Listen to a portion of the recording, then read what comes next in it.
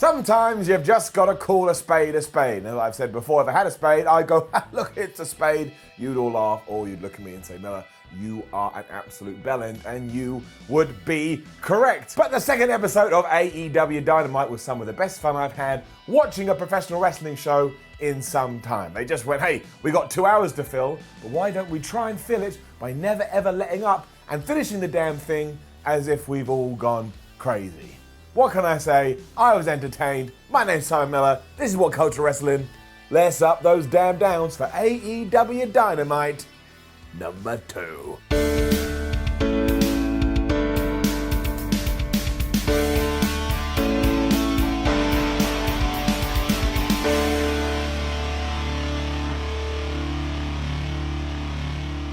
The first match on Dynamite was probably the best so far. I know that doesn't count for that much because it's only the second episode, but still a fact is a fact, and this is a fact. It was Private Party versus the Young Bucks, and I would imagine if you were just flicking through channels and you just happened to stumble across this, you'd go, well, I'm going to watch at least a little bit, because they just went absolutely ballistic, and again, as I said earlier, it was just a lot of fun. Give it up. It began with one of those video packages that did a great job in telling you who everybody was, and also we were able to sell the match without a 10, 15, 20-minute opening promo. Because it just went like this. The Young Bucks are the veteran tag team. Private Party are an up-and-coming tag team. They are going to clash in this tag team tournament match, and if you win, you go on to the next level, and if you lose, you're out, and you're never allowed to come back. There's also a time limit in place, which means if there is no winner after 20 minutes, both of them have to go and sit in the corner and not progress to the next round. Nice and easy, and they achieved all of that in around about 3 minutes. Throw in that the action was brilliant, and this was just top stuff. And I know some people don't like this because they think it's move, move, move, move, move, flip, flip, flip, flip, flip. But I don't know, there was just something about this that made all the sense in the world, and there was an emphasis on tag team wrestling. And look, this wasn't cut and dry either. At one point, Nick Jackson just spat in Private Party's face. He was disgusting. We had old school elements as well because the Bucks kept cutting off the ring. And let me tell you, when Mark eventually got the tag, the crowd lost their minds. And we had everything here. We had splashes, we had 450s, we had a Hurricane Rana cutter. Yeah, you heard that right. But as ever, there is no more devastating move in all of professional wrestling than the roll-up. And even in this crazy match, that's how we finish things off. The Bucks went for the Meltzer driver, but Cassidy pulled Nick off the apron, which allowed Mark to roll up Matt Jackson and get, I tell you, really, the surprise victory. The Bucks are out. Private Party going on to the semi-finals. The fans went mad, the commentators sold this like Private Party had just won the lottery, and the Bucks looked absolutely devastated. There is nothing about this I didn't enjoy. I am all in. There's that word again, but I'm all in. AEW's tag team division. We then had a wrestling promo, but I tell you, it was really good and it was really well done. If you ever had the thought that, oh, Chris Jericho hasn't done much for AEW, you are absolutely stupid. You should rethink your thoughts up. It wasn't massively different to what you've seen on any wrestling show in your entire life, but it was just the execution. Chris Jericho came out here with the World Championship belt and he healed it up, and he also did a fantastic job in introducing his new group and putting every single one of them over, and why you should fear them. They've all come together to prove a point, and also they just hate everybody in All Elite Wrestling. And yeah, I can see it. It was a bit NWO, but the NW worked for a damn good while, and I think this can work as well, especially because, look, you do have some former Impact guys, and you do have some former WWE guys. It just makes sense. And if you're a new fan, and you don't know what the New World Order is, then you don't even have to worry about it now, do you? I mean, at one point, the crowd was chanting, "We the People," at Jack Swagger / Jake Hagar, whatever you want to call him, and Chris Jericho completely off the cuff went, "No, that's dead, it sucked, it was bad creative, and we are never gonna talk about it again." And figure out how the audience reacted to that. Of course, they loved it. Chris Jericho just knows what the hell he's doing. This hit proper asshole levels too when Chris Jericho started focusing on Cody. He said he hated the Rhodes family and that he thought his dad was a jerk. You can't say things like that. It's a bit much, especially since he passed away. Jericho even said, can I say it? Am I allowed to say it? We don't know. I'm just gonna throw it out there and see what happens. Jericho said the word. Oh, no, we can't say it, but Jericho did.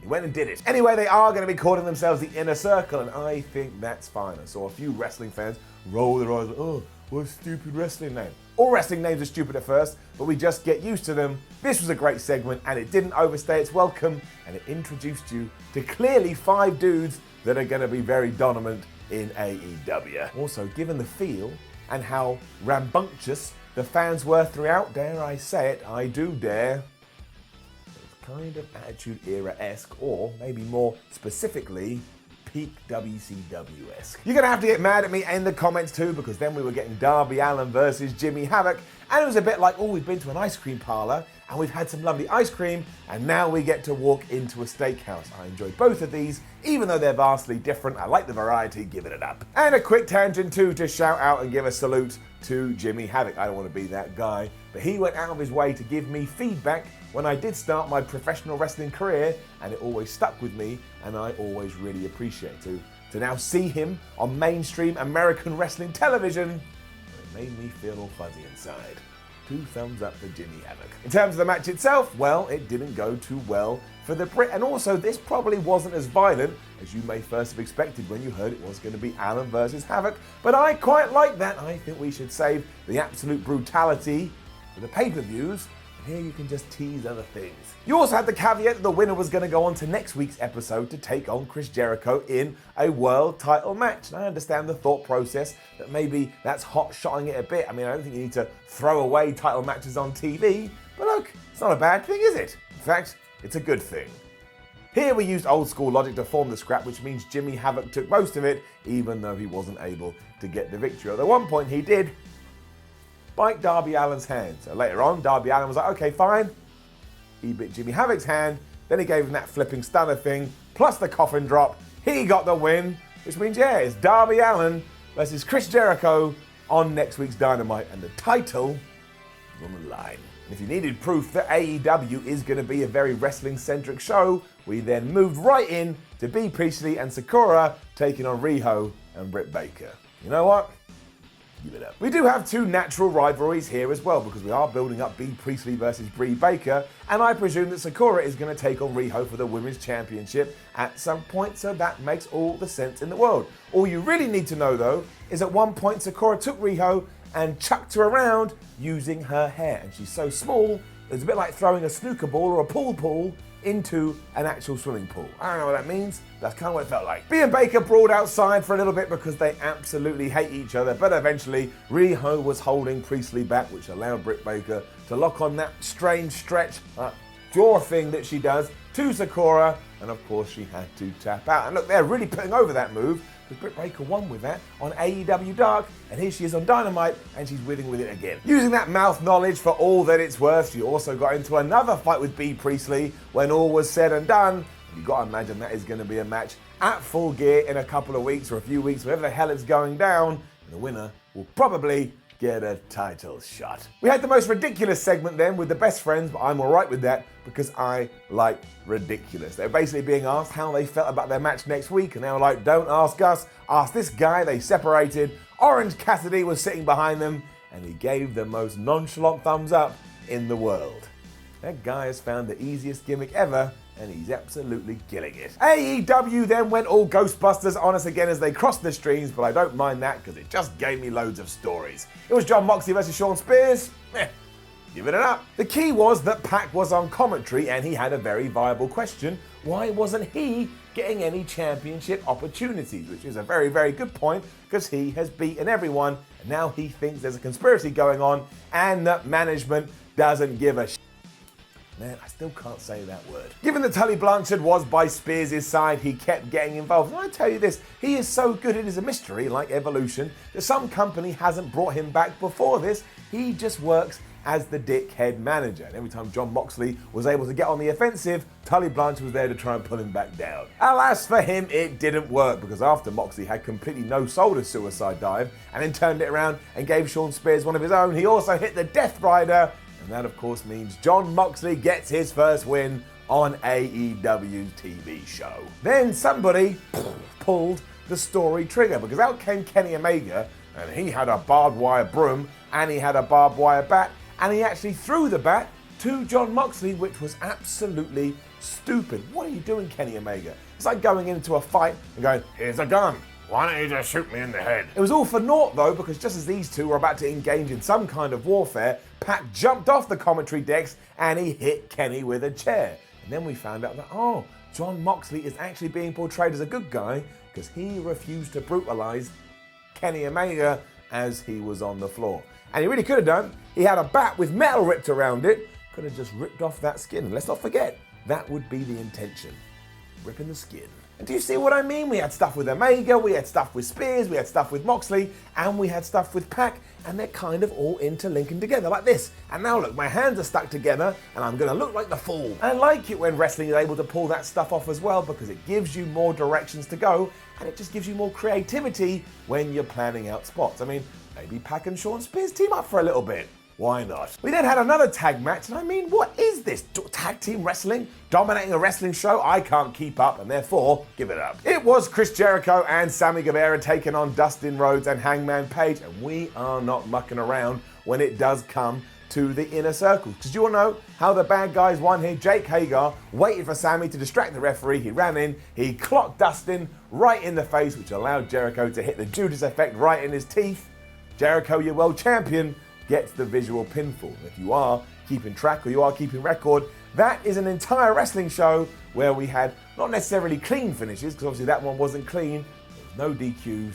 But we had people that could actually stand up and say, hey man, in the record books, there's a tally next to my name. Then, however, everything went nuts. Hager and Page fought to the back to ensure that they were out the way. And on that note, I've got to be true to my own things that I've said here on Ups and Downs and my own morals. Did we really have to chuck a chair into Jake's face? Did we need to do that? Aren't we aware of concussions now? I know I am, and I've read too much up about it, and even though he did put his hand up, it still scares the absolute crap out of me. And now, as a wrestling fan, I can't enjoy it because I've seen the damage it can do. And I get it, Simon, you're such a baby. You need to grow up. You see it. Whatever, I get it, I understand, but still, like I say, I'm going with what I've said in the past.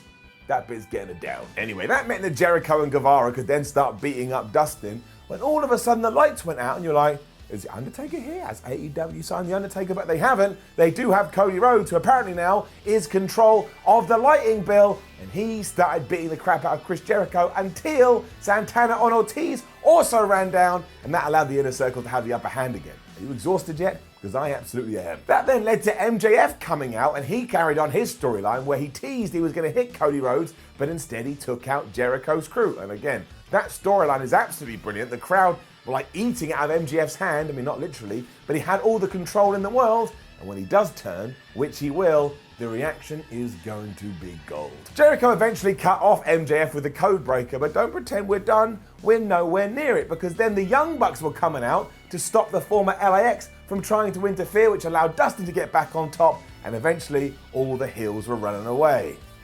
He was so mad though, he went after the referee, which didn't sit well with Darby Allin, who, if you can believe it, came down the entranceway on a skateboard and gave Jericho a knee right in his face. He then picked up said skateboard and smacked it onto Y2J's back. I mean, I know we've seen skateboard spots before, but still, it was nuts. Chris laughed it off and eventually got a microphone and said that he was going to kill Cody at Full Gear and he was going to kill Darby on next week's show, because he did say, it's your funeral, bitches. And of course, you only have a funeral if you are about to die. Seriously though, if you haven't seen this, it was the equivalent of me just talking to you, and then all of a sudden I'm in a luchador mask, and you're trying to keep up. You're like, why is Simon in the luchador mask? And then I'm not in the luchador mask. You're like, where did the luchador mask go? I don't understand what's going on. I'm back in the luchador mask, and you're just running around your living room. You know you're having a good time, but you don't really know why, and you keep questioning, why is Simon here, and why is he wearing a luchador mask? This was crazy enjoyable, even though it was over the top and then some, and I can imagine if this was the first episode